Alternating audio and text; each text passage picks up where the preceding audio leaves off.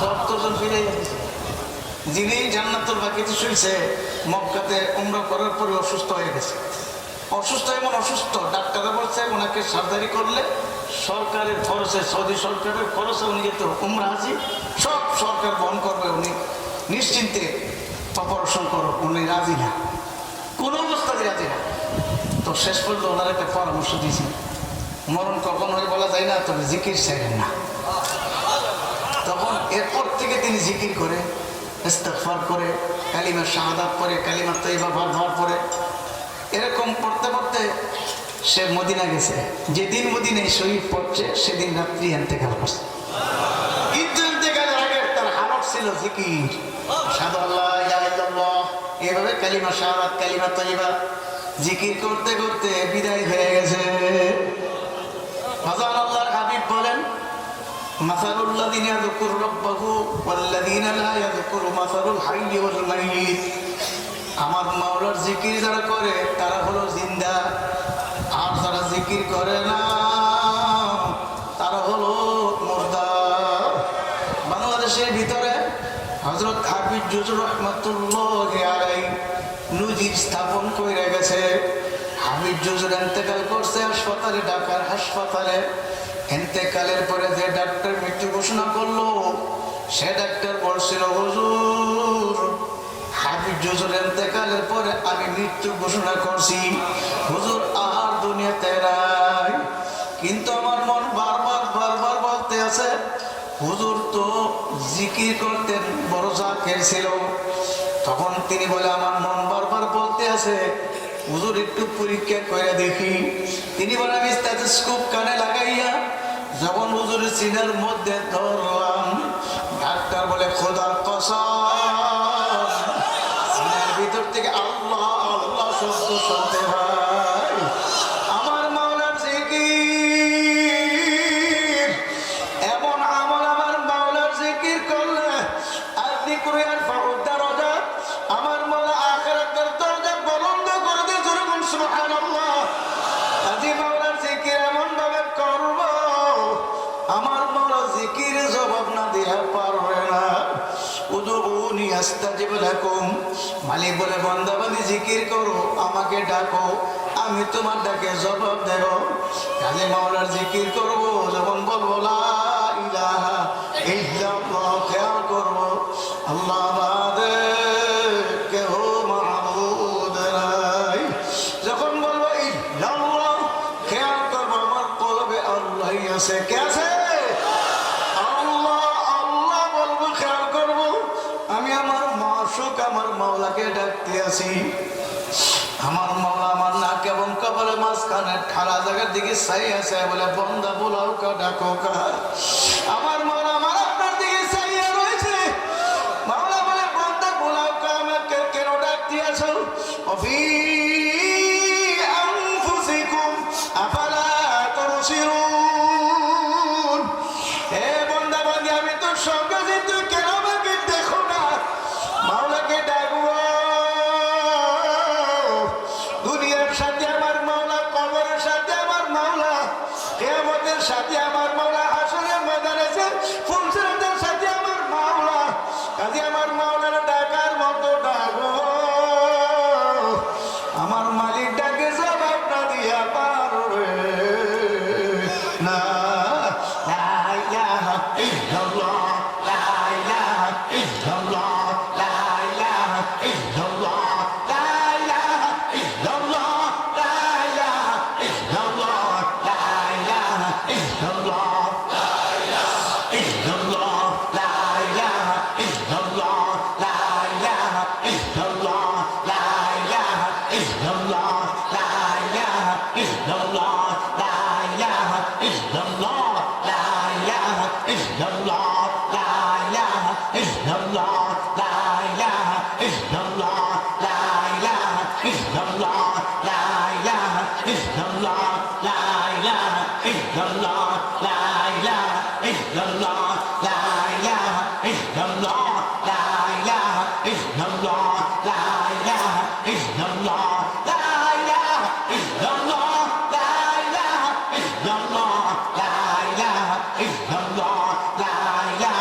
illallah, la ilaha illallah, la ilaha illallah, la ilaha illallah, la ilaha illallah, la ilaha illallah, la ilaha illallah, la ilaha illallah, la ilaha illallah, la ilaha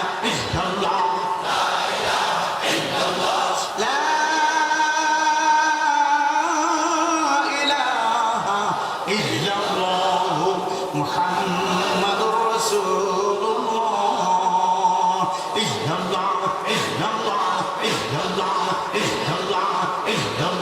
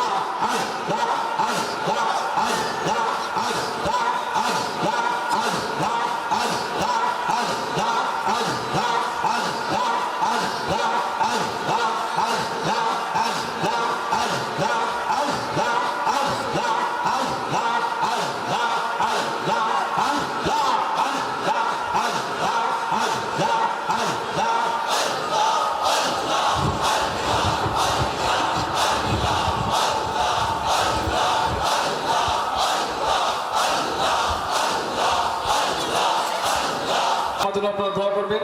আমি নজরুল ইসলাম নজরুল এই নবীনগরের পাশে সবসময় থাকবো ইনশাল্লাহ। আসসালামু আলাইকুম। সম্মানিত হাজিরিন, যাই হোক আলোচনা করতেছিলাম এই নজরুল ভাই মোবাইল দেন। হ্যাঁ, তার ওরা আগামীকাল ফ্লাইট, যেহেতু আল্লাহ পাক সহি সালামে গন্তব্যে পৌঁছায় দেখ, সবাই বলেন আমিন। তো আল্লাহর ওলিদের নজর আমাদের নজর কিন্তু এক না, কি ঠিক না? আল্লাহর ওলিদের ব্যাপারে মন্তব্য করতে হিসাব নিকেশ করে মন্তব্য করা উচিত। আজকে আশা করি আল্লাহর ওলি এই বিষয়ে কিছু আলোচনা হয়তো করবেন, খোলাসা করবেন ইনশাল্লাহ, আশা করি। কিন্তু আমাদের ভিতরে মান অভিমান আর থাকবে না। আমরা সকল অভিমান ছেড়ে দিয়ে এই তরিকার সাথে সম্পৃক্ত থেকে কাজ করব। কারা কারা রাজি আছে? নারে তাকবীর! তরিকার সবচেয়ে বড় কাজ হলো মসজিদ ভিত্তিক হালকা প্রতিষ্ঠা করা। মসজিদ ভিত্তিক হালকা জিকির বানিয়ে দেওয়া, হালকা জিকির প্রতিষ্ঠা করা। যেখানে হালকা জিকির নাই নতুন করে চালু করা, যেখানে আছে ঝিমায়ে গেছে এটাকে আবার নতুন করে মজবুতি করা। কথা ঠিক না ঠিক? হালকা জিকির মাসিক ইজতেমা এটি তরিকার মূল কাজ। আর নিজের মধ্যে 5 ওষুধের আমল। কয় ওষুধ? কয় ওষুধ? এই 5 ওষুধ কেন? কলবের চিকিৎসার জন্য। কিসের? মানুষ কয় প্রকার? জোরে কর। কয় প্রকার? 2 প্রকার। কয় প্রকার? এক প্রকার মানুষ জন্মগত মানুষ, আরেক প্রকার মানুষ গুণগত মানুষ। কথা ঠিক না ঠিক? জন্মগত মানুষের গুণের প্রয়োজন নাই, কিন্তু গুণগত মানুষের জন্য আল্লাহ জান্নাত বানাইছে, আর জন্মগত মানুষের জন্য জাহান্নাম বানাইছে। কথা ঠিক না ঠিক? আবু জাহেল জন্মগত মানুষ ছিল, আবু লাহাব জন্মগত মানুষ ছিল, এদের মধ্যে গুণ ছিল না। আর মানুষের গুণ কি? ইল্লা লিয়াবুদুন, আল্লাহর ইবাদত করা। কি কথা ঠিক না? এই মানুষ গুণগত মানুষে রূপান্তরিত করার জন্য জন্মগত মানুষকে গুণের মানুষ হিসেবে রূপান্তরিত করার জন্য বুজুর্গানে দ্বীনের মেহনত। কথা ঠিক না?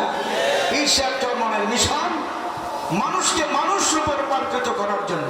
আমার নায়েব আমিরুল মুজাহিদিন সাহেব চরমনাই বলেন, নবী রাসূলগণ কেন দুনিয়াতে আসলেন? আল্লাহ কেন পাঠাইলেন? মানুষ রূপে অমানুষগুলোকে মানুষ বানানোর জন্য। কথা ঠিক আছে?